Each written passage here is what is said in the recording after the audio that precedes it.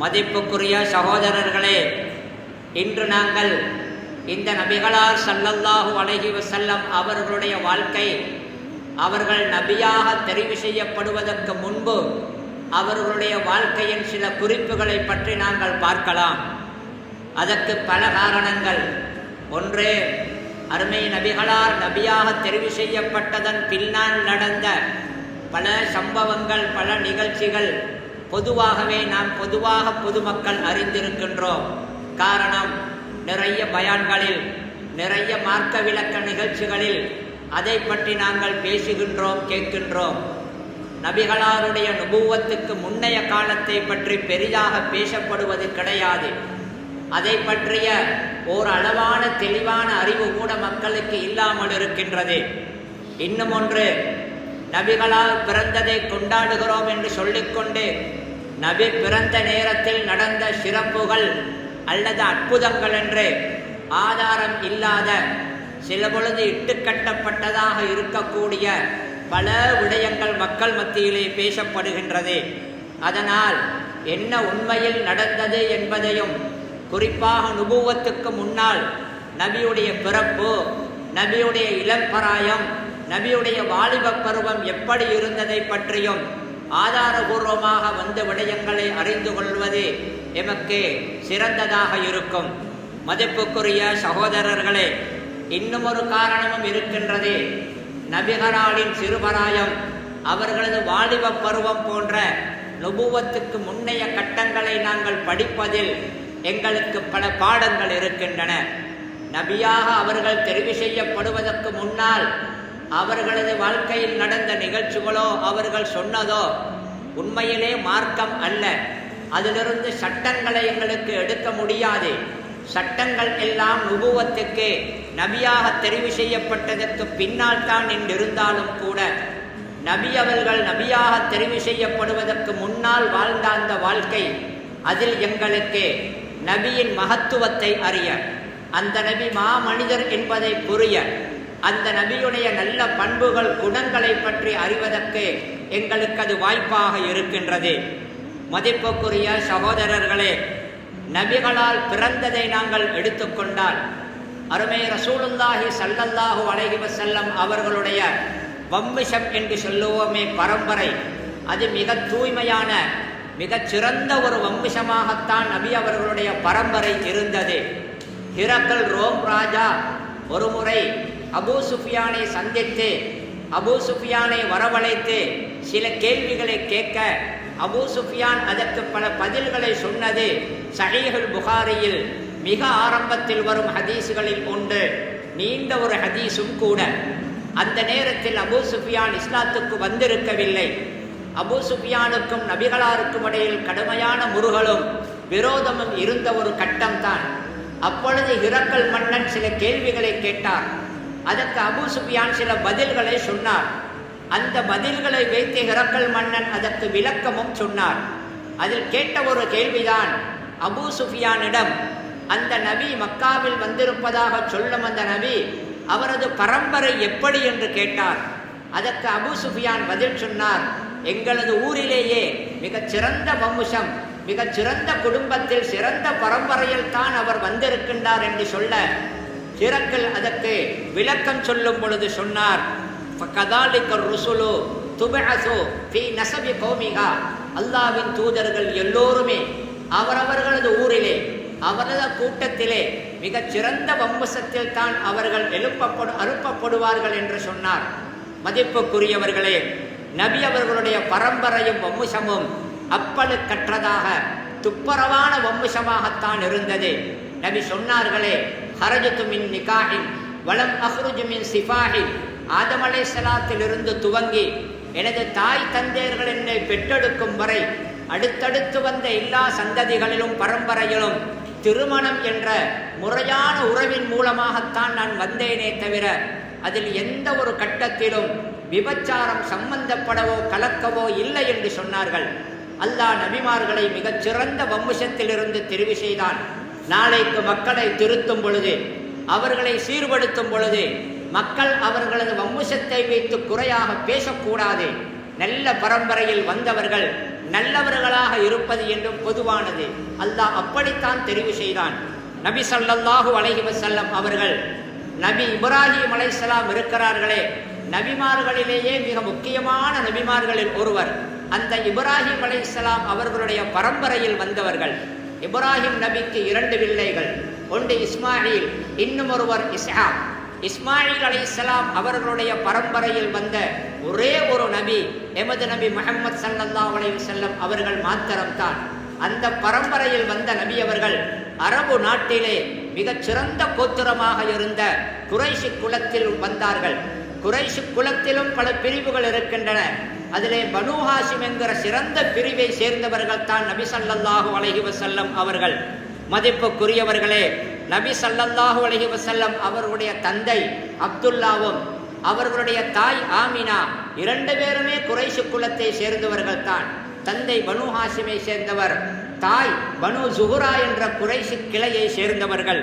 மதிப்புக்குரிய சகோதரர்களே, நபி அவர்கள் எந்த தினத்தில் பிறந்தார்கள், பிறந்த தேதி வருடங்கள் என்ன, பிறந்த நேரத்தில் நடந்ததாக சொல்லப்படும் அற்புதங்களின் தன்மை என்ன, அதன் நிலை என்ன என்பதை நாங்கள் பார்த்தால், நபி அவர்கள் ஒரு திங்கட்கிழமை பிறந்தார்கள் என்பது சந்தேகத்திற்கே இடமில்லாமல் சஹீஹான ஹதீஸ்களின் மூலம் எங்களுக்கு தெரிய வருகின்றது. நான் திங்கட்கிழமை பிறந்தேன் என்று நபி சொன்ன சஹீஹான ஹதீஸ்களை நாங்கள் காணுகின்றோம். அடுத்ததாக நபி அவர்கள் எந்த வருடம், எந்த மாதம், எத்தனையாம் பிறையில் பிறந்தார்கள் என்று பார்த்தால், நபி அவர்கள் பிறக்கும் அந்த ஜாஹிலியா காலத்திலே அந்த மக்கள் மத்தியிலே இந்த சூரிய கணக்கு அமைப்பிலான வருட கணிப்பீடு கொண்டு இருக்கவில்லை. வருடங்களை கூட இன்றைக்கு நாங்கள் சொல்லுகின்றோமே, கிறிஸ்துவுக்கு பின் என்றும் கிறிஸ்துவுக்கு முன் என்றும் வருடம் சொல்லுகிறோமே, ஹிஜ்ரத்துக்கு முன் ஹிஜ்ரத்துக்கு பின் என்று வருடங்களை சொல்லுகிறோமே, அப்படி ஒரு பழக்கம் அவர்களிடத்தில் இருக்கவில்லை. ஒரு வருடத்தை அடையாளப்படுத்துவதற்கு அந்த வருடத்தில் ஏதாவது ஒரு முக்கியமான பெரிய விடயம் நடந்திருந்தால் அந்த முக்கியமான சம்பவத்தை வைத்து அந்த வருடத்துக்கு பெயர் சொல்லுவார்கள். நபி அவர்கள் பிறந்த வருடம் ஆமுல் ஃபீல், யானை வருடம் என்று அதற்கு பெயர். காரணம் என்னவென்றால், அப்ரஹா என்ற ஒரு மன்னன் கஅபாவை உடைப்பதற்காக யானை படையை எடுத்து வந்து அவன் அல்லாஹுவினால் அழிக்கப்பட்ட அந்த வரலாறு இருக்கின்றதே, அந்த வரலாற்று சம்பவம் நடந்து கிட்டத்தட்ட ஒரு 40 அல்லது 50 நாள்களில் நபி அவர்கள் பிறந்தார்கள். அந்த முக்கியமான சம்பவம் நடந்த வருடத்தை ஆமுல் ஃபீல் என்று அவர்கள் அந்த வருடத்துக்கு பெயர் வைத்துக் கொண்டார்கள். நபி அவர்கள் பிறந்த மாதம் ரபீஉல் அவ்வல், இந்த மாதம் என்றுதான் கிட்டத்தட்ட வரலாற்றாசிரியர்கள் எல்லோருமே சொல்லுகிறார்கள். அதில் எத்தனையாம் பிறை என்று பார்த்தால், பரவலாக இன்று நபியுடைய பிறந்த தினத்தை கொண்டாடுபவர்களும் தான் நபி பிறந்ததை பற்றி சொல்லும் பொழுது 12ஆம் பிறையில் பிறந்தார்கள் என்று சொல்லி, அதுதான் எந்த சந்தேகமும் இல்லாத உறுதியான நாள் என்று நினைத்து கொண்டு பல பேர் இருக்கின்றார்கள். ஆனால் 12ஆம் பிறை என்று பிறந்தார்கள் என்பது பிரபலமாக சொல்லப்பட்டாலும் கூட நிறைய ஆய்வாளர்கள், வானியல் சம்பந்தப்பட்ட ஆய்வாளர்கள், சந்திரனின் தோற்றம் மறைவு, சூரிய வருடத்துடைய கணக்குகளை வைத்து அந்த ஆமுல் ஃபீல் என்ற வருடத்திலே ரபீஉல் அவ்வல் மாதத்தில் திங்கட்கிழமை வருவது 12ஆம் பிறையாக இருக்க முடியாது, அது 9வது பிறையாகத்தான் இருக்க வேண்டும் என்று ஆய்வு அடிப்படையில் சொல்லி இருக்கின்றார்கள். எனவே நபி அவர்கள் பிறந்த அந்த பிறை 12 என்று பிரபலமாக இருந்தாலும் ஆய்வு ரீதியாக 9 என்பதே சரியாக தோன்றுகின்றது. மதிப்புக்குரிய சகோதரர்களே, கிறிஸ்துவுக்கு முன் பின் என்று நாங்கள் இப்பொழுது வருடம் சொல்லுகிறோமே, அந்த வருட கணிப்பீட்டின்படி பார்த்தால் அந்த சந்திர கணக்கை பார்த்து அதிலிருந்து ஆய்வு பண்ணி கிறிஸ்துவுக்கு பின் 571ஆம் ஆண்டு ஏப்ரல் மாதம் 20ஆம் தேதி நபி அவர்கள் பிறந்ததாக ஓரளவு கணிக்கிறார்கள் ஆய்வாளர்கள். பிறந்த திகதியிலே அது எது என்று தீர்மானிப்பதன் மூலமாக பெரிய பயன்கள் ஒன்றும் இல்லாவிட்டாலும் கூட வரலாறை சரியாக அறிந்து கொள்வது என்ற அடிப்படையில் அது தேவைப்படுகின்றது. மதிப்புக்குரிய சகோதரர்களே, நபிகளால் பிறந்த நேரம் இருக்கின்றதே, பிறந்த பொழுது அந்த நேரத்தில் பல அற்புதங்கள் நடந்ததாக நிறைய பேசுவார்கள். நபியுடைய பிறப்பு என்பது உண்மையிலே ஒரு முக்கியமான சம்பவம் தான், அதில் சந்தேகம் கிடையாது. இந்த மகத்தான மாமனிதர் உலகத்தில் பிறந்தார்கள் என்பது ஒரு சந்தோஷமான செய்தியும் தான், அது ஒரு முக்கியமான நிகழ்வும் தான்.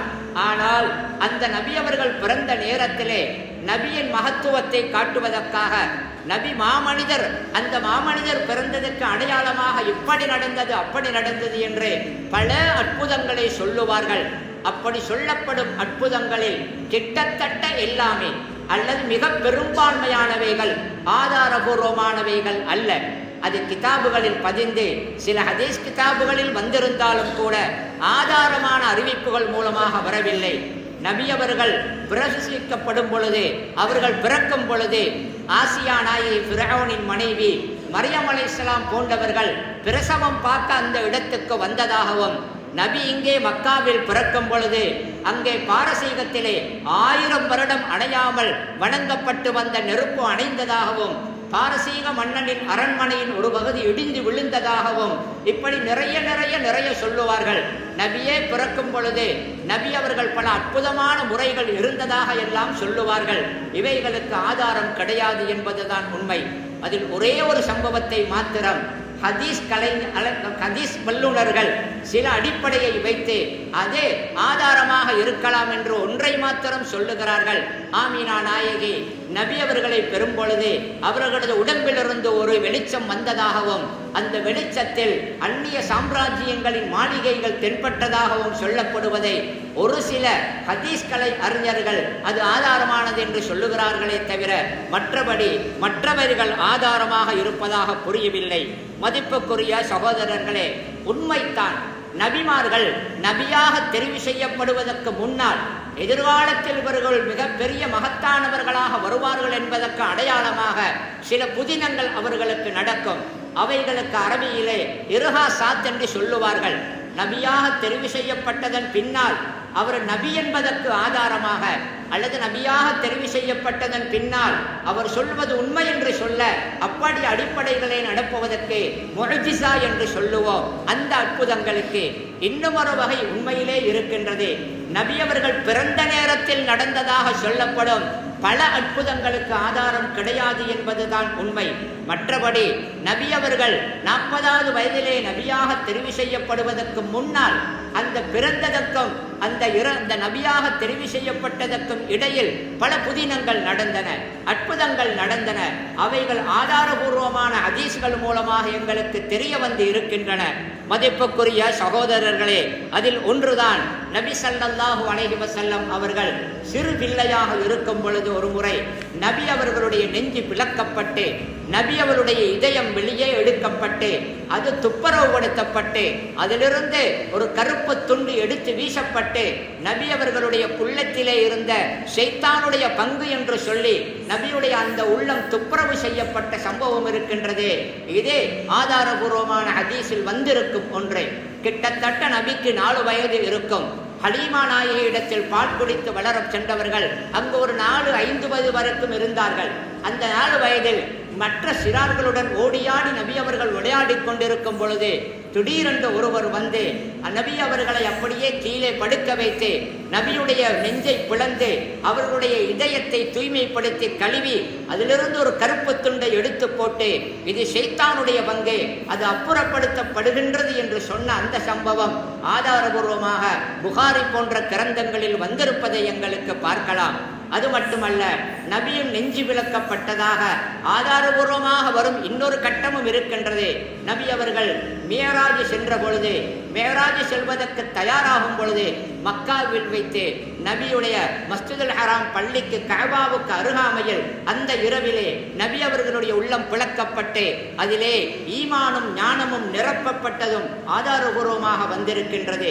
இதே நபி அவர்களை அல்லாஹ் பாதுகாத்தான் என்பதற்கும் நபிக்கு அற்புதமாக நடந்தது. அற்புதம் என்று வந்ததன் பின்னால் இதை பகுத்தறிவு ரீதியிலே சிந்திப்பது என்பது எந்த விதத்திலும் பொருந்தாது. ஆதாரபூர்வமாக வந்துவிட்டது என்றதன் பின்னால் அது எப்படி முடியும்? இதயத்தை நெஞ்சை பிளந்து இதயத்தை எடுத்து இப்படியெல்லாம் நடப்பது சாத்தியமா? அது முடியுமா? இன்றைய நவீன உலகத்திலே அது பெரிய வேலையாக இருக்கின்றதே. அப்படி முடியும் என்றெல்லாம் பகுத்தறிவை வைத்து சிந்திக்க தேவையில்லை. காரணம், இது அற்புதம். அற்புதம் என்றாலே பகுத்தறிவு மூலமாக எங்களுக்கு விளக்கம் சொல்ல கஷ்டமானதாக முடியாததாகத்தான் இருக்கும். நபி அவர்களுக்கு இந்த சம்பவங்கள் நடந்திருக்கின்றன என்பதை நாங்கள் ஆதாரபூர்வமாக பார்க்கலாம். அது மட்டும் அல்ல, நபி அவர்கள் ஹிரா குகைக்கு போய் வந்து கொண்டிருந்தார்கள். நபியாக தெரிவு செய்யப்படுவதற்கு முன்னால் நபி அவர்கள் நபியாக தெரிவு செய்யப்பட்டதன் பின்னால் சொன்னார்கள், நான் ஹிரா குகைக்கு போய் வந்து கொண்டிருந்த பொழுது எனக்கு நன்றாக ஞாபகம் இருக்கின்றது, ஹிராவுக்கு போகும் வழியிலே ஒரு கல் இருந்தது, அந்த கல் எனக்கு சலாம் சொல்லும் என்று சொன்னார்கள். இவையெல்லாம் அற்புதங்கள். எதிர்காலத்தில் மகத்தான வேலைகள் நடைபெற இருக்கின்றன. இவர் மகத்தான ஒரு மனிதராக சமூகத்துக்கு வர இருக்கிறார், உலகத்துக்கு வர இருக்கிறார் என்று காட்டுவதற்கான அந்த அற்புதங்கள் நபி அவர்களுக்கு நுபுவத்துக்கு முன்னாலும் ஆதாரபூர்வமாக நடந்தவைகளும் இருக்கின்றன என்பதை நாங்கள் புரிந்து கொள்ள வேண்டும். மற்றபடி நினைத்ததும் கற்பனை செய்ததெல்லாம் அது சரியாக இருக்க முடியாது. சில பேர் இருக்கின்றார்கள், நபி பிறந்த பொழுது இப்படி நடந்தது, அப்படி நடந்தது, நபி இப்படி பிறந்தார், அப்படி பிறந்தார் என்று கண்டதை சொல்லுவார்கள். நபியுடைய மகத்துவத்தை மேம்படுத்தி காட்டுவதற்காக, நபிக்கு சிறப்பு சேர்க்க வேண்டும் என்பதற்காக நாம் கற்பனை பண்ண முடியாது. நாம் இல்லாததை புனைய முடியாது, அல்லது உள்ளதை வந்ததை ஆதாரபூர்வமாக வந்ததை அதை இன்னும் அதிகரித்து அதை மிகைப்படுத்தவும் முடியாது. நபிக்கு அல்லாஹ் சிறப்பை கொடுத்திருந்தான் என்பது உண்மையை தவிர அதற்காக நாம் கண்டபடி கண்ணை மூடிக்கொண்டு சிறப்புகளை சொல்ல முடியாது என்பதை புரிந்து கொள்ள வேண்டும். நபிகளார் ஸல்லல்லாஹு அலைஹி வஸல்லம் அவர்கள் பிறக்கும் பொழுது அனாதையாகத்தான் பிறந்தார்கள். நபி அவர்கள் தாயின் வயிற்றிலே கருவில் சிசுவாக இருக்கும் பொழுதே நபிகளாருடைய தந்தை அப்துல்லா வியாபாரத்துக்கு ஷாமுக்கு சென்றவர்கள். இன்றைய பலஸ்தீன், சிரியா இருக்கின்றதே, அந்த பகுதிக்கு குறைஷிகள், மக்கத்து குறைஷிகள், மக்கத்து அரபிகள் அப்பொழுது வியாபாரத்துக்கு போவார்கள். வியாபாரத்துக்கு போய் திரும்ப வரும் வழியிலே இன்றைய மதீனா இருக்கின்றதே, அன்றைய யஸ்ரிப், அந்த மதீனாவில் வைத்து நபிகளாருடைய தந்தை மௌத்தாகி விடுகின்றார்கள். மிக இளம் வயதிலேயே தந்தை மௌத்தாகின்றார்கள். நபி கருவில் தாயுடைய வயிற்றில் இருக்கும் பொழுதே அனாதையாகி விடுகின்றார்கள். அப்துல்லா மதீனாவில் தான் அடக்கம் செய்யவும் பட்டார்கள். ஆனால் இன்றைக்கு அவர்கள் அடக்கம் செய்யப்பட்ட இடம் எது என்றது எந்த விதத்திலும் குறிப்பாக கிடையாது. உறுதியாக ஒரு இடத்தை சொல்ல முடியாது. எல்லாம் காலம் மாறி பல அடையாளங்கள் இல்லாமல் போய்விட்டது. மதிப்புக்குரிய சகோதரர்களே, அல்லாஹு தாலா நபியை யத்தீமாகத்தான் உலகத்திலே பிறக்க வைத்தான். நபி ஸல்லல்லாஹு அலைஹி வஸல்லம் அவர்கள் அனாதையாக பிறக்கின்றார்கள். பிறந்த நபி அவர்கள் கிட்டத்தட்ட ஒரு 6 வயது வரும் பொழுது, 6 வயதை அடையும் பொழுது ஆமீனா நாயகி தனது முஹம்மது என்ற அந்த பிள்ளையை அழைத்துக் கொண்டு மதீனாவுக்கு செல்லுகின்றார்கள். அவர்களுடன் இருந்த நபி ஸல்லல்லாஹு அலைஹி வஸல்லம் அவர்களை சின்ன வயதிலிருந்தே வளர்த்த அந்த பெண்மணியையும் அழைத்துக் கொண்டு ஆமீனா நாயகி அந்த சின்னஞ்சிறு சிறுவனாகிய 6 வயது முஹம்மது என்ற அந்த சிறுவனை அழைத்துக் கொண்டு மதீனாவுக்கு போனார்கள். அதற்கு காரணம் என்னவென்றால், மதீனாவிலே நபிக்கு தந்தை வழியிலே சொந்தம் இருந்தார்கள். நபியுடைய பாட்டன் வழிகளில் வரக்கூடிய ஹாஷிம் என்பவர் மதீனாவிலே ஒரு பெண்ணை திருமணம் முடித்திருந்தார். அந்த பெண்ணின் மூலமாக அவருக்கு நபியுடைய அப்பா அந்த பெண்ணின் மூலமாக கிடைத்தவர்தான். எனவே தந்தை வழியில் மதீனாவிலே சொந்தம் இருந்தது. மதீனாவிலே நபியுடைய தந்தையும் அடக்கப்பட்டும் இருந்தார். ஆமீனா நாயகி அந்த சின்ன பிள்ளைக்கு உறவுகளை காட்டிக் கொடுக்க மதீனாவுக்கே அழைத்து சென்றார்கள். அங்கிருந்து திரும்பி வரும் வழியிலே மதீனாவிலிருந்து கிட்டத்தட்ட 170 கிலோமீட்டர் தூரத்திலே அபுவா என்ற ஒரு இடம் இருக்கின்றது. வாதில் ஹுரைபா என்று இன்று சொல்லப்படும் இடம். அந்த இடத்தில் வைத்து ஆமீனா நாயகி மௌத்தாகின்றார்கள். 6 வயதிலேயே தாயையும் நபி அவர்கள் இழக்கின்றார்கள். அந்த இடத்தில் தான் ஆமீனா நாயகி அவர்கள் அடக்கப்பட்டார்கள். அது ஆதாரபூர்வமானதுதான். காரணம், கிட்டத்தட்ட ஹிஜ்ரி 8ஆம் ஆண்டு மக்கா வெற்றி கொள்ளப்பட்ட அந்த வருடத்திலே நபி அவர்கள் வந்த மக்காவிலிருந்து மதீனாவிலிருந்து மக்காவுக்கு போய் வரும் அந்த வழியிலே அந்த தாயுடைய கபரை நபி அவர்கள் தரிசித்தது ஆதாரபூர்வமாக வருவதை நாங்கள் பார்க்கலாம். ஆனாலும் இன்றைக்கு அபுவா என்ற அந்த ஊர் அடையாளம் இருக்கின்றது தான். ஆனால் ஆமீனா நாயகி அடக்கப்பட்ட இடம் குறிப்பாக இதுதான் என்று குறித்து சொல்வதற்கான எந்த ஆதாரமும் கிடையாது. ஆனால் அபுவாவில் அடக்கப்பட்டார்கள் என்பது உறுதி. நபி அவர்கள் பிறந்ததும் அப்படித்தான். மக்காவிலே பிறந்தார்கள். நபி அவர்கள் பிறந்ததே மக்காவுக்கு போனால் உங்களுக்கு புரியும். சஃபா மருவா இருக்கின்றதே, அந்த சஃபா மருவா அந்த பக்கத்தால் பார்த்தால் அபூ குபைஸ் மலையுடைய அந்த மேட்டு பகுதி தென்படும். அந்த பகுதியில் தான் நபிகளாருடைய குடும்பம் வாழ்ந்த பகுதி. அங்கே சூக்குல் லைல் என்று சொல்லப்படக்கூடிய அந்த இடத்தில் தான் நபி அவர்கள் உண்மையிலே பிறந்தார்கள். அந்த பகுதியில் பிறந்தார்கள் என்பதில் சந்தேகம் கிடையாது. ஆனால் அதில் குறிப்பிட்ட ஒரு இடத்தை குறித்து இந்த இடத்து நபி பிறந்த இடம் என்று கொண்டாடுவதற்கு பாடுவதற்கு, அதை மகத்துவப்படுத்துவதற்கு முடியாது. அதற்கு ஆதாரம் கிடையாது. இன்றைக்கும் மக்காவுக்கு போய் பார்த்தால் சில பேருக்கு, பார்த்தவர்களுக்கு புரியும். சஃபா மருவம் பக்கமாக கொஞ்சம் மேட்டில பார்த்தால் ஒரு சின்ன கட்டடம் இருக்கின்றது. அந்த கட்டடத்தை மூடி வைத்திருக்கின்றார்கள். அது ஒரு நூல் நிலையம் தான். அந்த இடம் நபிகளார் குறிப்பாக அங்குதான் பிறந்தார்கள் என்று சொல்லுகிறார்கள். அங்கு நபி அவர்கள் குறிப்பாக அதுதான் இடம் என்பதற்கு எந்த வரலாற்று சான்றுகளும் இல்லை என்பதை நாங்கள் புரிந்து கொள்ள வேண்டும். மதிப்புக்குரிய சகோதரர்களே, நபி ஸல்லல்லாஹு அலைஹி வஸல்லம் அவர்கள் தாயும் மௌத்தானதன் பின்னாலே அவர்களுடைய அப்பாவாகிய அப்துல் முத்தலிபுடைய பராமரிப்பில் சில வருடங்கள் இருக்கின்றார்கள். அவர்களுக்கு 8 வயதாகும் பொழுது அப்துல் முத்தலிபும் மௌத்தாகி விடுகின்றார். அதைத் தொடர்ந்து 8 வயதிலிருந்து கிட்டத்தட்ட நபிகளாருடைய 50வது வயது வரைக்குமே அபூ தாலிப் என்ற நபியுடைய பெரியப்பாவுடைய பொறுப்பில் தான் நபி அவர்கள் இருந்தார்கள்.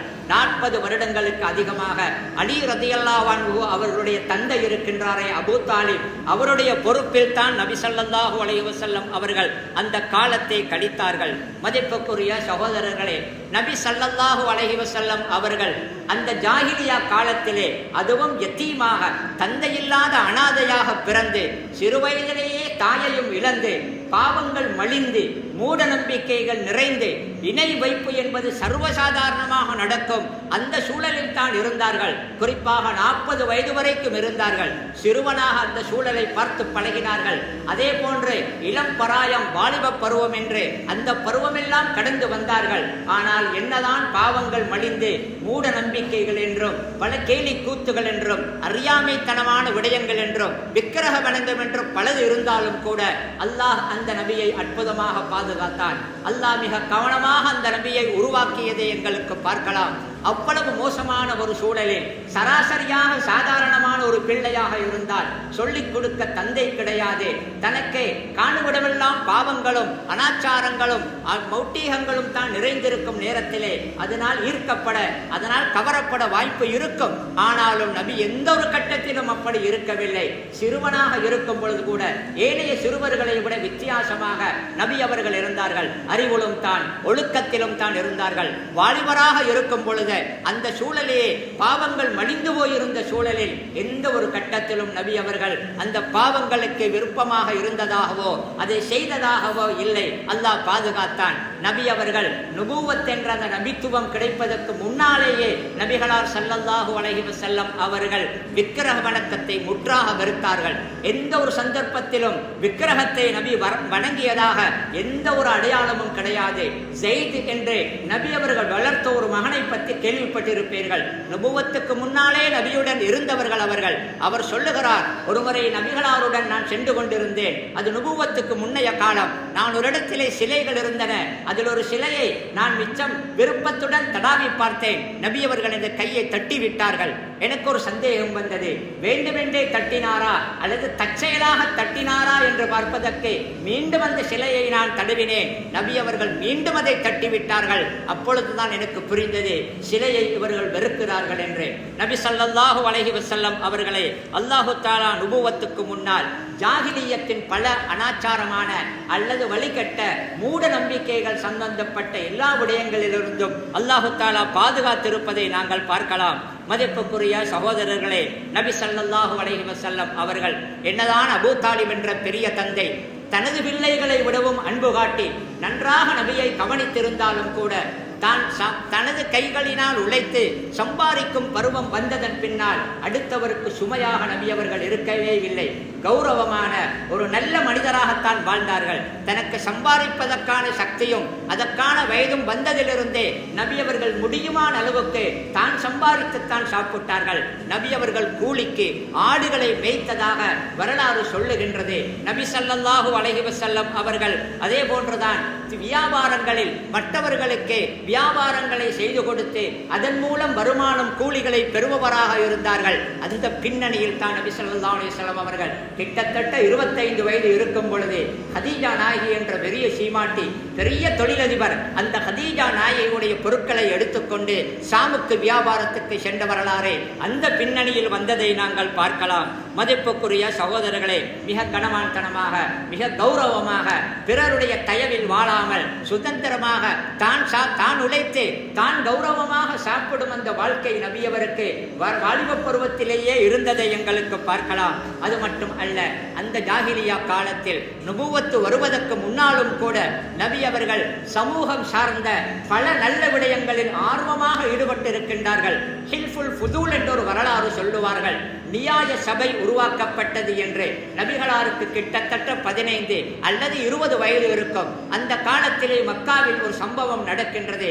மக்காவில் இருக்கும் சில பேர் என்ன செய்கின்றார்கள் என்றால், மக்காவில் யாருக்காவது அநீதம் நடந்தால், அது மக்காவாசியாக இருக்கலாம் அல்லது பிற ஊரை சேர்ந்தவராக இருக்கலாம், யாருக்காவது மக்காவில் அநீதம் நடந்தால் அந்த அநீதத்துக்கு நியாயம் எடுத்து கொடுக்க வேண்டும், அவருக்கு நீதி கிடைக்கும் வரை அவருக்கு பக்கம் இருந்து நாங்கள் அவருக்கு உழைக்க வேண்டும் என்று தன்னார்வலராக தானாக முன்வந்து ஒரு கூட்டம், ஒரு சபையை உருவாக்குகிறார்கள். அப்துல்லாஹ் இப்னு ஜுதுஆன் என்று ஜாஹிலியா காலத்தில் ஒரு பெரிய பணக்காரர் இருந்தார். பொதுவாக அவர் நல்ல மனிதர், ஆனால் ஈமான் கொள்ளவில்லை. பொதுவாக நல்ல பழக்கங்கள் அவர்களே இருந்தது. மதிப்புமிக்க ஒரு மனிதராக இருந்தார். அப்துல்லாஹ் இப்னு ஜுதுஆனுடைய வீட்டிலே சில குறிப்பிட்டவர்கள் ஒன்று கூடி ஒரு சபை ஒன்றையும் ஒரு சங்கம் ஒன்றை உருவாக்கினார்கள். நியாயத்தை கேட்பதற்கான ஒரு நியாய சபை. மக்காவில் எங்காவது யாருக்காவது அநியாயம் நடந்து யாராவது கன்னடெடுத்து கொடுக்காமல் அவருக்கு தொந்தரவு செய்கின்றார் என்றிருந்தால், இவர் இந்த சபை உறுப்பினர்கள் சென்று அதை விசாரித்து அந்த அநியாயம் இழைக்கப்பட்டவருக்கு நீதியை எடுத்து கொடுப்பதுதான் இவர்களுடைய பணி. அந்த பணிக்காக தானாக முன்வந்து ஒரு கூட்டம், ஒரு சங்கத்தை உருவாக்கினார்கள். அந்த அப்துல்லாஹ் இப்னு ஜுதுஆனுடைய வீட்டிலே அந்த நேரத்தில் உருவாக்கப்பட்ட அந்த சங்கத்தில் தன்னையும் ஒரு உறுப்பினராக சேர்த்து அந்த வீட்டில் இருந்து நபி அவர்கள் அதில் இணைந்து கொண்டார்கள் என்பது வரலாறு. இளம் காலத்திலேயே நீதிக்காக போராடுவது, சமூகத்தின் நலன்களில் ஈடுபடுவது நபிக்கு ஆர்வமாகத்தான் இருந்திருக்கின்றது. நபியாக தெரிவு செய்யப்பட்டதன் பின்னால் கூட நபி அவர்கள் ஒரு நாள் சொன்னார்கள், அப்துல்லாஹ் இப்னு ஜுதுஆனுடைய வீட்டிலே இப்படி ஒரு சங்கம் உருவாக்கப்பட்டது, அதற்கு நான் போனேன். இன்றைக்கு இஸ்லாம் வந்ததன் பின்னால் இன்றைக்கு கூட அப்படி ஒரு சபை உருவாக்கப்பட்டு அதற்கு அழைப்பு விடுக்கப்பட்டால் நான் போய் கலந்து கொள்ளுவேன் என்று நபி ஸல்லல்லாஹு அலைஹி வஸல்லம் அவர்கள் சொன்னார்கள். மதிப்புக்குரிய சகோதரர்களே, நுபுவத்துக்கு முன்னால் இருந்தே நபி ஸல்லல்லாஹு அலைஹி வஸல்லம் அவர்கள் சமூக ஆர்வம் உள்ளவர்களாக, வீரம் துணிச்சல் உள்ளவர்களாக, ஒழுக்கம் உள்ளவர்களாகவே தான் வாழ்ந்தார்கள். அல்லாஹ் அவர்களை அப்படி பாதுகாத்தான். கிட்டத்தட்ட நபிக்கு 25 வயது இருக்கும் பொழுது ஹதீஜா நாயகியை நபி ஸல்லல்லாஹு அலைஹி வஸல்லம் அவர்கள் திருமணம் முடிக்கின்றார்கள். இளம் பருவம், அந்த வாலிப பருவத்திலே விதவை பெண்ணான, ஏற்கனவே ஒன்றன் பின் ஒன்றாக 2 கணவன்மாரை முடித்து அவர்கள் இருவரும் மௌத்தாக இருந்த விதவையான, தன்னை விட பல வயது மூத்தவராக இருந்த ஹதீஜா நாயகியை நபி அவர்கள் முடித்தார்கள். திருமணம் முடித்த நபி அவர்கள் கிட்டத்தட்ட தனது 50வது வயது வரைக்கும் 25 வருடங்களாக தொடர்ந்து அந்த ஒரே ஒரு விதவையான ஹதீஜா என்ற மனைவியுடன் மாத்திரம்தான் வாழ்ந்தார்கள்.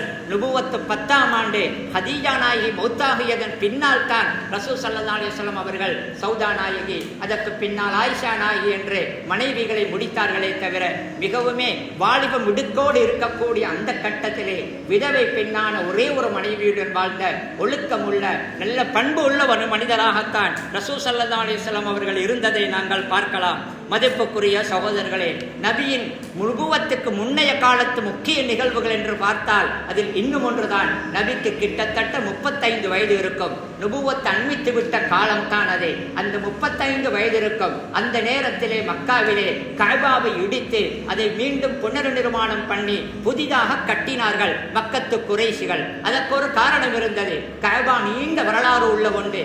வரலாறு நெருகிலும் பலமுறை கஅபா இடிந்து தூர்ந்து போக அது புனர்நிர்மாணம் செய்யப்பட அல்லது இடியும் சந்தர்ப்பத்தில் அதை இடித்துவிட்டு புதியதாக கட்டுவது என்பது பல சந்தர்ப்பங்களில் நடந்து இருக்கின்றன. நபிகளாருக்கு 35 வயது மட்டும் இருக்கும் பொழுது மக்காவிலே ஏற்பட்ட ஒரு வெள்ளம் அல்லது கஅபாவிலே அந்த காலத்திலே புடவை போர்த்துவார்கள், லாம்புகள் போன்ற அந்த லாம்புகள் தான் பற்ற வைக்கப்படும். அதில் ஏற்பட்ட ஒரு விபத்தின் காரணமாக தீ ஏற்பட்டது என்றும் சொல்லுகிறார்கள். ஏதோ ஏற்பட்ட ஒரு தீ விபத்தின் காரணமாக அல்லது கடுமையான வெள்ளம் பாதித்ததன் காரணமாக கஅபாவுடைய சுவர் சுவர்கள் வெடிப்பு விழுந்து இடிந்து விழுவதற்கு அண்மைத்த நேரத்திலே குறைஷிகள் முடிவெடுக்கின்றார்கள். கஅபாவை முற்றாக உடைத்துவிட்டு அதை கட்டுவது என்று அந்த கட்டுமான பணியிலே நபி ஸல்லல்லாஹு அலைஹி வஸல்லம் அவர்கள் கல் சுமந்து அந்த பணியிலே ஈடுபட்ட வரலாறை நாங்கள் பார்க்கின்றோம். மதிப்புக்குரியவர்களே, அருமையான மகத்தான அந்த மாமனிதராகிய அந்த மாமனிதர் ரசூல் ஸல்லல்லாஹு அலைஹி வஸல்லம் அவருடைய வாழ்க்கை நுபுவத்துக்கு முன்னாலும் அருமையான ஒரு வாழ்க்கையாக, கட்டுப்பாடான ஒழுக்கமுள்ள வாழ்க்கையாக, நாளைக்கு மகத்தான மனிதராக வருவார் என்பதற்கு கட்டியம் கூறும் நிகழ்வுகள் உள்ள ஒரு வாழ்க்கையாக அமைந்தது. தனக்கு கிட்டத்தட்ட 37 வயது வரும் பொழுது அந்த 37 வயதிலிருந்து தொடர்ந்து கிட்டத்தட்ட ஒரு 3 வருடங்களாக நபி அவர்கள் ஹிரா குகையிலே போய் தனித்து இருந்து மக்களின் அவல நிலையை பற்றி சிந்தித்து இதுக்கெல்லாம் ஒரு வழி கிடையாதா, சத்தியம் எங்கே இருக்கின்றது என்ற சிந்தனையுடன் ஹிராவுக்கு போகத் தொடங்கினார்கள். தொடர்ந்து ஹிராவுக்கு கிட்டத்தட்ட 3 வருடங்கள் போய் வந்த நபி அவர்கள் 40வது வயதாகும் பொழுது அல்லாஹு தஆலா அவர்களுக்கு நுபுவத்தை கொடுக்கின்றான் என்பதுதான் நபியுடைய நுபுவத்துக்கு முன்னால் இருந்து பிறப்பிலிருந்து இடைப்பட்ட காலத்தின் வரலாறு. மதிப்புக்குரியவர்களே, நாம் நபி ஸல்லல்லாஹு அலைஹி வஸல்லம் அவர்களுடைய அருமையான அந்த வரலாறிலே நுபுவத்துக்கு முன்னால் உள்ள அந்த காலத்து வரலாறுகள் நிகழ்ச்சிகளில் பலதை ஒன்றில் ஆதாரம் இல்லாததை கேட்கின்றோம், அல்லது மிகைப்படுத்தப்பட்டவைகளை கேட்கின்றோம், அல்லது பல சம்பவங்கள் புரியாமலேயே இருந்து விடுகின்றோம். இது பற்றிய தெளிவுகள் எங்களுக்கு இருக்கும் என்றிருந்தால் ஒன்று நபியின் மகத்துவத்தை புரியலாம், அல்லாஹ் நபியை எந்த அளவுக்கு பாதுகாத்து உருவாக்கினான் என்பதை புரியலாம். இன்னும் ஒன்று நபிகளாருடைய நுபுவத்துக்கு முன்னைய காலத்தில் சொல்லப்படும் ஆதாரமற்ற செய்திகளை பற்றிய ஒரு தெளிவுக்கும் எங்களுக்கு வரலாம். வல்ல அல்லாஹ் எம் அனைவருக்கும் தெளிவை தந்து அந்த நபியின் மீது பற்றை தந்து அன்பை அதிகமாக வைக்கும் பாக்கியத்தை தந்து அவர்களை முழுமையாக பின்பற்றும் சந்தர்ப்பத்தையும் பாக்கியத்தையும் தருவானாக. வாஹிரு தஅவானா அனில் ஹம்துலில்லாஹி ரப்பில் ஆலமீன். அல்ஹம்துலில்லாஹ் வஸ்ஸலாத்து வஸ்ஸலாமு அலா ரசூலில்லாஹ் வஅலா ஆலிஹி வஸஹ்பிஹி வமன் தபிஅஹு பிஇஹ்சானின் இலா யௌமித்தீன். மதிப்புக்குரிய சகோதரர்களே, அருமை நபிகளார் ஸல்லல்லாஹு அலைஹி வஸல்லம் அவர்கள் எல்லோராலும் விரும்பப்படக்கூடிய ஒருவராக பொதுவாக இருப்பதை நாங்கள் பார்க்கின்றோம். முஸ்லிம்கள் பொதுவாகவே எல்லோரும் அந்த நபியை மதிக்கின்றார்கள் தான், விரும்புகின்றார்கள் தான். ஆனால் அந்த நபியின் மீது அன்பு வைப்பவர்களில் எல்லோருமே சரியான முறையில் அன்பு வைத்திருக்கின்றார்களா, அல்லது அந்த அன்புடைய வெளிப்பாடுகளும் செயல்பாடுகளும் அவர்களிடத்தில் சரியாக இருக்கின்றதா என்று பார்த்தால் அங்கே தான் பிரச்சனை இருக்கின்றது. மதிப்புக்குரியவர்களே, முதலாவது அந்த நபியின் மீது நாம் அன்பு வைக்க வேண்டும், அந்த நபியை விரும்ப வேண்டும், அந்த நபியை நாங்கள் நேசிக்க வேண்டும். அது ஒரு கடமை, அது ஒரு கடமை. அந்த அளவுக்கு முக்கியமான ஒன்று. நபியை நாங்கள் ஏன் நேசிக்க வேண்டும் என்றிருந்தால், முதலாவது நபி அவர்கள் நேசிக்கப்படுவதற்கு முற்றும் முழுதாக தகுதியானவர்கள். நாம் ஒருவரை விரும்புகிறோம் என்று சொல்லுங்கள், அவரின் மீது பற்றாக மதிப்பு வைக்கின்றோம் என்று சொல்லுங்கள், அதற்கு இரண்டில் ஒரு காரணம் இருக்கலாம். ஒன்றில் அவர் நல்லவர், உண்மையிலே நல்லவர், அவரால் எமக்கு ஒன்றுமே நடக்கவில்லை, அவர் ஒன்றுமே எமக்கு தரவும் இல்லை, ஒன்றுமே உதவிகளும் செய்யவில்லை, ஆனாலும் நல்லவர். நல்லவர் என்பதற்காக அவரை நாங்கள் விரும்புவோம், அல்லது இன்னும் சிலரை நாங்கள் விரும்புவோம். நல்லவர் என்பதற்காக அல்ல, எமக்கு உதவி செய்தார் என்பதற்காக, எமக்காக அவர் வாழ்ந்தார் என்பதற்காக, அவரால் நாம் பயன் அடைந்தோம் என்பதற்காக நாங்கள் அவர் மீது அன்பு வைப்போம். நபிகளாரை பார்த்தால் இந்த இரண்டுமே இருக்கின்றது. நபி அவர்கள் நல்லவர் தான், முழுமையான ஒரு மனிதர் தான், மகத்தான ஒரு மனிதர் தான், அல்லாஹ்வினால் பாதுகாக்கப்பட்ட ஒரு மனிதர் ரசூல் ஸல்லல்லாஹு அலைஹி வஸல்லம் அவர்கள். அடுத்ததாக அந்த நபி எமக்காகவே வாழ்ந்த நபி, எமக்காக சொல்லி முடிக்க முடியாத தியாகங்களையும் அர்ப்பணங்களையும் செய்த நபி, தனக்கு என்று அல்லாஹ் வைத்துக் கொள்வதற்கு தந்த சில விடயங்களை கூட எனது உம்மத்துக்குத்தான் என்றே சொன்ன நபி. ஒவ்வொரு நபிக்கும் அல்லாஹ் ஒரு விசேஷமான துவாவை கொடுத்திருக்கின்றான், கேட்டால் நிறைவேறும் என்ற அந்த துவா. ஒவ்வொரு நபியும் அவர்கள் அவசரப்பட்டு துனியாவிலேயே அதை கேட்டுவிட்டார்கள். நான் அந்த துவாவை பத்திரமாக வைத்திருக்கின்றேன், மறுமையிலே எனது உம்மத்துக்கு சிபார்சு செய்ய என்று சொன்ன நபி. அந்த அளவுக்கு தனது உம்மத்து, மனித சமூகம், தனது சமூகம் அதற்கென்றே வாழ்ந்த நபி. அப்படிப்பட்ட நபி, முழுமையான நபி, எல்லா விதத்திலும் முன்மாதிரிகள் உள்ள நபி என்ற அடிப்படையிலே அவர்கள் விரும்பப்படுவதற்கு தகுதியானவர்கள். நபிகளார் சொன்னார்கள், என்னை விரும்புங்கள் என்றே சொன்னார்கள். உங்களுக்கு விருப்பமானவைகளின் முதல் இடம் எனக்குத்தான் கட்டாயம் இருக்க வேண்டும் என்ற கருத்தில் சொன்னார்கள். உங்களது பெற்றோரை விட, உங்களது பிள்ளைகளை விட, ஏன் உங்களது உயிரை விட என் மீதுதான் நீங்கள் அன்பு வைக்க வேண்டும் என்று சொன்னார்கள். ஏன் தெரியுமா? என்னை விரும்புங்கள், என்னை விரும்புங்கள், என் மீது நேசம் வையுங்கள், மற்ற எல்லாவற்றையும் விட நான் தான் உங்களுக்கு விருப்பமானவனாக இருக்க வேண்டும் என்று நபி சொன்னது எதற்காக தெரியுமா? என் மீது அன்பு வைத்திருக்கின்றீர்களா, தாருங்கள் உங்களது சொத்துக்களை அல்லது பணத்தை தாருங்கள், காணியை தாருங்கள் என்று கேட்பதற்காக அல்ல. காரணம் என்ன தெரியுமா? நபியின் மீது நாங்கள் எந்த அளவுக்கு நேசம் வைக்கின்றோமோ, நபியின் மீது அன்பும் நேசமும் எந்த அளவு எங்களுக்கு இருக்கின்றதோ அந்த அளவுக்கு நபி சொன்னதை செய்வதற்கான ஆர்வம் வரும், நபியை பின்பற்றும் ஆர்வம் வரும். நபி சொல்லிவிட்டார்களே, அவர்கள் விரும்பி விட்டார்களே என்பதற்காக அதை செய்வதற்கான ஆர்வம் எவ்வளவு வரும் என்றால், அன்பு எவ்வளவு இருக்கின்றதோ அந்த அளவு தான் வரும். அடுத்ததாக அந்த செயலை செய்யும் பொழுது மனதில் சொல்லி முடிக்க முடியாத ஒரு சந்தோஷமாக இருக்கும். சாதாரணமாக கூட உலகத்திலே எமது பெற்றோர் மீது நாங்கள் கடுமையான அன்பு, அவர்கள் விரும்பும் ஒன்றை செய்யும் பொழுது அதற்கு ஒரு தனியான சுவை. மனைவி மீது கடுமையான அன்பு, மனைவியின் விருப்பத்துக்காக ஏதோ ஒன்றை செய்யும் பொழுது அதில் ஒரு தனியான சுவை. காரணம், நாம் அன்பு வைத்தவர்கள் விரும்புகிறார்கள் என்ற அந்த எண்ணம். எனவே நபிகளாரை அன்பு வைக்கும்படி அவர்கள் சொன்னது அவர்களை நாங்கள் பின்பற்ற வேண்டும் என்பதற்காகவும் அந்த நபியுடைய சுன்னாக்களை நாங்கள் செய்து நபியை வாழ்க்கையில் முன்மாதிரியாக எடுத்து செயல்படும் பொழுது அது உணர்வு பூர்வமாக ஆனந்தமாக எங்களுக்கு விருப்பமாக இருக்க வேண்டும் என்பதற்காக. மதிப்புக்குரிய சகோதரர்களே, நபியின் மீது அன்பு என்பதை வெளிக்காட்டுவதில் தான் சிக்கல் இருக்கின்றது. நபியின் மீது அன்பு என்று சொல்லும் பல பேர் இன்று சமூகத்திலே அந்த அன்பை வெளிப்படுத்துவதற்கு செய்யும் செயல்கள் நபி அனுமதிக்காதவைகள், சில பொழுது நபி தடுத்தவைகள். இப்படியெல்லாம் இருக்க நாம் அந்த அன்பின் மூலமாக உண்மையான அன்பாக வைத்து நடைமுறையில் எங்களுக்கு பயன் தரும் அன்பாக அதை மாற்றிக்கொள்ள வேண்டும். வல்ல அல்லாஹ் அனைவருக்கும் அருள் புரிவானாக. யா அல்லாஹ், எமது பாவங்களை மன்னிப்பாயாக, எமது தாய் தந்தையர்கள் உஸ்தாதுமார்களுடைய பாவங்களை மன்னிப்பாயாக. எங்கெல்லாம் முஸ்லிம்கள் கஷ்டப்படுகின்றார்களோ அங்கே முஸ்லிம்களுக்கு விடிவையும் அவர்களுக்கு விமோசனத்தையும் கொடுப்பாயாக. முஸ்லிமான மூமினான ஆண் பெண்கள் அனைவருடைய பாவங்களையும் மன்னித்து எங்களை நீ ஏற்றுக்கொண்ட நல்லடியார்களின் பட்டியலில் சேர்த்து விடுவாயாக. வஆஹிரு தஅவானா அனில் ஹம்துலில்லாஹி ரப்பில் ஆலமீன்.